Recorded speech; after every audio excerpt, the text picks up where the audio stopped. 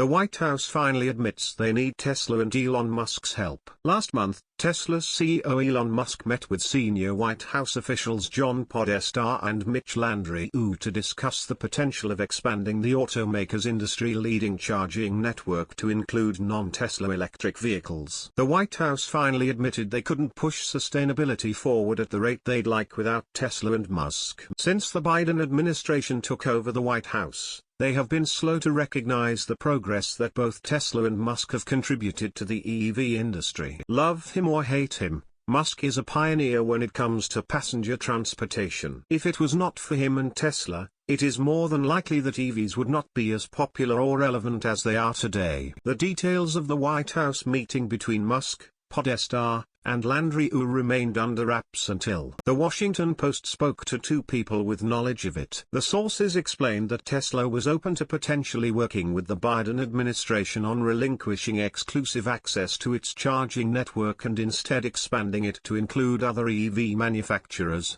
whether they are legacy companies or startups. Even still, Tesla did not completely commit to the idea. As I discussed yesterday, the Tesla's supercharger network is one of the biggest and, in my opinion, the biggest advantages the company has. Everyone already knows that Tesla has a wide lineup of vehicles. It now has a commercial truck with the Semi, and it also is working toward launching the Cybertruck, its first pickup. The 43,000-plus superchargers in the world, with many of them in the United States, offer reliability, consistency, and an excellent footprint that sprawls from high-traffic highways to even rural America. Many are situated near convenience stores, hotels, and other sources of entertainment. But while Tesla has been building out its expansive network of charging piles, increasing manufacturing capacity, and disrupting the entire automotive sector, it has not won the recognition of the commander-in-chief. Instead,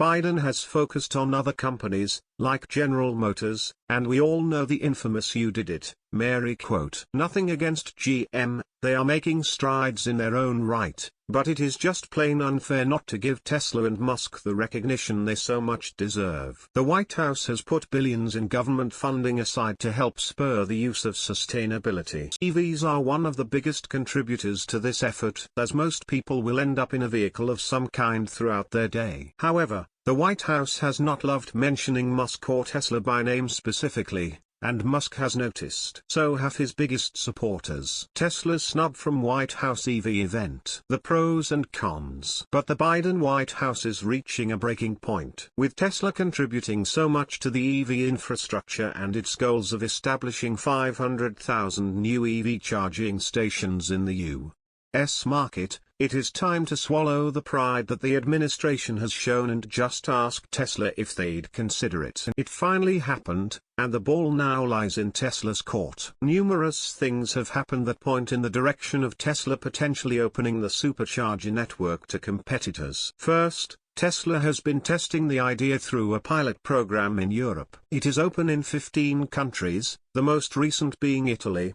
which Tesla added in November. It also recently expanded to Australia. Next, the White House said last year that Tesla would begin production of new supercharger equipment that will enable non-Tesla EV drivers in North America to use Tesla superchargers. Finally, Tesla leaked details on what it calls the Magic Dock earlier this year in its smartphone app. This showed a potential CCS-compatible connector being added to supercharger piles, enabling other EVs to charge. It is a big decision because there is a slice of $7.5 billion at stake here, which Tesla could utilize for its own charging capabilities. To qualify for it, however, the company has to enable other EVs to charge at its superchargers. Source: reposted and summarized from Joey Klender at Teslarati. My take: it's a good idea to go to the man who started the whole revolution.